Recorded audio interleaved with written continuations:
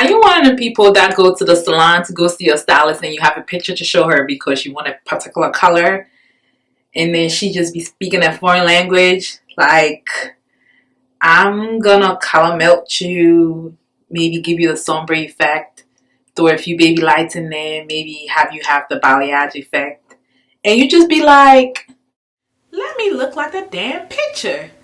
The hell?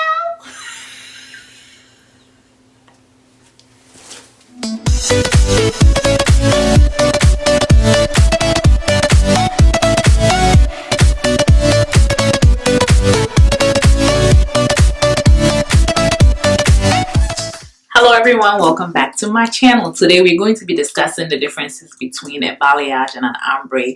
Most of us sometimes as stylists throw out these words to our clients who are usually confused about these terminologies that we throw around because they just want a picture. They've seen somebody on TV, they've seen somebody on YouTube that has a particular style and they just want it. But then we throw out these terminologies and never really come down to their level to kind of break it down what exactly that we are trying to do for them to achieve the look that they want. So let's break it down. An ombre means, it's a French word and it means shade or shadow. So when you are looking at somebody that has an ombre, and I'll insert some of these pictures in here so you can see what I'm talking about. Their color is usually a dark shade of color transitioning into a lighter shade. Most of the time people might have a dark natural shade and they might want their ends to end up being a little bit lighter than their natural dark shade. Like me, I might want my ends to be a little bit darker. And that seamless transition from a dark to a light is what we call an ombre. Most of the time this is achieved through using like a regular color if the person has natural hair, to kind of transition them from being dark to lighter.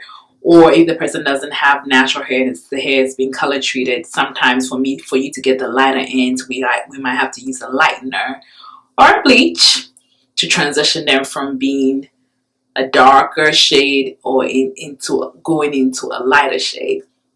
So an ombre can also be done with two different colors as long as the transition is very seamless. So we can have some people who might have a dark blue base, which is like more of the fashion colors, which is going to transition seamlessly into like maybe a pastel pink or something like that, and that is also considered an ombre. Now that seamless, flawless transition from one darker color to a lighter color is that ombre sombre effect that we stylists describe to you when we are talking to you about what you want.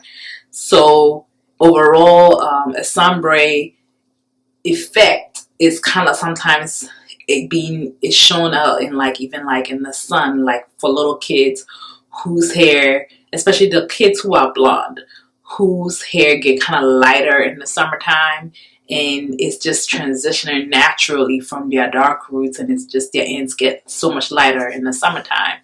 An ombre is for you if you don't like to spend a lot of money on a budget, but you might want some like lightness in your hair. You can get that done because as your natural hair color, your dark natural color is growing out, it is not very crazy to maintain because it's just transition from your natural and your ends are getting lighter. Some people eventually move their lightness up, but it takes a while, a couple months for you to come back to the salon and get that done.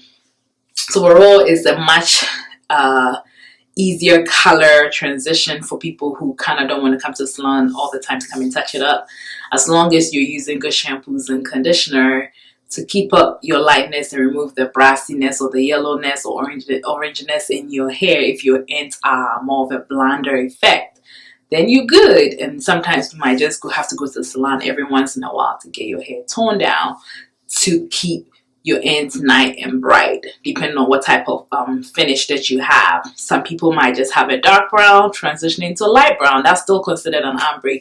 Might have a dark brown, but it's transitioning to a very light end. So depending on what color transition that you want, you can always have that ombre effect. And I have these pictures in here so that you can see exactly what I'm talking about. So when you go into the salon and you want an ombre, what you are trying to ask the stylist to give you is a darker transition from the base going to a lighter end. And that's exactly what it is. Darker to a lighter shade, and it could be any form of color, even from a black base, which is like a level 1 black base, and transitioning to a much browner tone like I have, and that's considered an ombre, as long as it's a flawless transition and you don't have this like line or break in between the two colors. And that's it for an ombre. Okay, so I'm going to be looking at my notes because I have so much to say about balayage, so don't mind me when I look down a little. Pretty much a balayage, again, is a French word and it means to sweep in. And the technique kind of like, I guess it comes from that whole sweeping effect. Now, most stylists all over the world have come up with their own ways in which they can achieve the balayage look. And most of the time it is just hand painting. So as an artist, you use what you know from how you want the person's hair to kind of look like, to use these hand painting techniques to give them the effect that sand kiss effect that everybody's looking like. So unlike the ombre, some of the balayages might start in terms of the transitions, the lightness might start from maybe closer to the root, but not really at the root, an inch or 2 inches away from the root, and kind of transition down into like that lightness. So there might be some pieces that might come closer to the root, some pieces that might transition like from the middle to the end. But the point of the matter is that the balayage has an overall very, very natural effect. So the application is usually kind of like very light on the top with the sweeping motion with the brush as we paint the hair. And then as it gets to the bottom, it gets very heavier and like a more saturation of the lightener. So you can see a lot of brightness at the ends of the hair. Now, usually, most of the time when stylists do this balayage technique, they kind of paint just the top where the underneath of the hair is left darker, and that's what a lot of stylists call depth, where there's a little darker base underneath the hair and gives the hair a little bit more dimension, so it's not too bright but it is not too dark, so you can get that very natural effect. And this is very, very much again demonstrated with that little girl that I was explaining before, who's blonde and her hair has been kissed by the sun. That's what the effect of the balayage is. And so people have their own different variations of kind of what they kind of want their balayages to look, and the whole hand painting technique is different. Some stylists paint their hair and just leave it out using a clay lightener and have a process. Some stylists use foils to make their balayage look very light, look their balayage be a little bit more brighter, especially people who have darker hair and they kind of want to be really, really light. Sometimes just hand painting the hair and just leaving it out for it to process doesn't do the trick, and you might have to use foils to give the hair a little bit of heat so that the hair can process it light enough. And sometimes stylists might use a little teasing technique to kind of tease their hair so the hair can look a little bit more natural. So depending on the type of stylist that you have and whatever their techniques are, is kind of how they do their balayage, because it's supposed to be an artist hand painting technique, and however way you want the hair to look sun-kissed, that's how you paint the hair. Now I know we've also thrown out the word foliage. Foliage is the same idea of the balayage, but more so, like I explained before, the stylists most of the time use a lot of foils to achieve the same balayage effect. So that's why it's called foils and foliage. Falls balayage. It's like it's a foil type of balayage, pretty much. And so we put the hair in foils and give it all that heat so we can get that whole balayage effect. Sometimes we also mention and throw out around the word baby lights, and this technique is usually used taking little small sections of the hair and foiling it up so it can give you the real natural sun-kissed effect. Most of the time it's done in the very front part of the hair, right here in the top and the front part, so you can get a little bit more brightness, because clients usually like to look very bright in the front part of the hair. And so most stylists might foil you or do baby lights in the front of your balayage so your hair can have a nice bright effect in the front. So overall, overall, a balayage is very comparable kind of to an ombre, but not really, because this technique is hand painted most of the time, and the stylist might hit different sections, points of references on the hair so that they can get that type of brightness that they are looking for.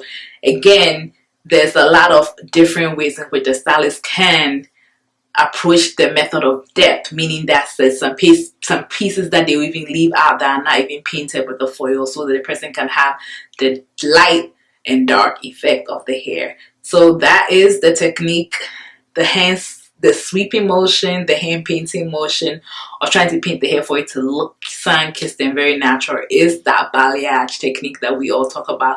Again, I've inserted a lot of pictures in here so you can see the different type of balayages that people do, you know, the type of effects of balayages that is done out here. Definitely balayage can also be done with color. I think sometimes we ignore the fact that we keep talking about these brightening, lightening techniques, but then these can also be achieved with hair color if the person has natural hair and have not originally colored their hair. You can get some of these effects, like especially somebody dark and they might want a transition from their dark to like the ends being like a light copper color. They might be able to do that depending on what type of level the original natural hair color is. So these techniques can also be achieved with hair color, but I think sometimes we make it seem like you always have to bleach your hair to get the balayage effect, the ombre effect. So overall, who is a balayage for? A balayage is also for that person who kind of want low maintenance hair, who's also on a budget. They might spend a lot of money in their first, second or third balayage processes, but then they might not come back to the salon again for about 3 to 4 months to come and get a touch up. You don't have to touch up your hair quite a bit, because most of the time, again, these techniques are transitioning from your natural going into a more lighter effect, and so you don't have to spend a whole lot of time and money coming back to the salon to get your hair touched up. Again, you have to use good shampoos and conditioner that will keep your hair moisturized and keep your hair also healthy, because you've probably been bleaching. And if you went, or you and your stylist went that the bleaching or lightening route during your balayage process, also you might have to come to the salon to get your hair toned, remove your brassiness, the orangey, and also the yellow effects in your hair as time goes on.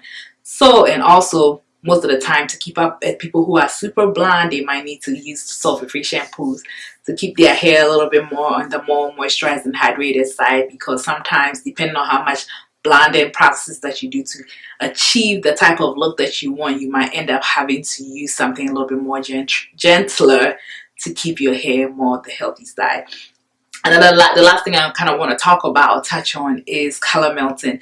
Now, color melting is kind of sort of the same thing that we've been talking about and that can be done either in an ombre or even in a balayage, where different kinds of different shades of color are used to kind of like make your hair look very, very nice and transitional and very solid and flawless. It's a nice transition of color. And so maybe you might have a very dark root transitioning into like a nice like dark brown and go into a lighter brown, then you enter really light. So that is a nice color melt, because the colors are transitioning from a real dark and going into a real light color towards the end. And that is usually what most stylists do when we want to tone out your hair, even during the balayage process. So a color melt can be done with an ombre, or it can be done with a balayage. So when we throw out all these terminologies in the salon and you just get confused and you don't understand what we're talking about, this is what we mean. I hope I've broken this down properly for you guys to understand it. And now when you go to the salon, you are going to be very confident in explaining to your stylist what you want. Either you want a balayage or you want an ombre. Thank you so much for watching, and come back next time and let's chit chat. Thank you. Bye.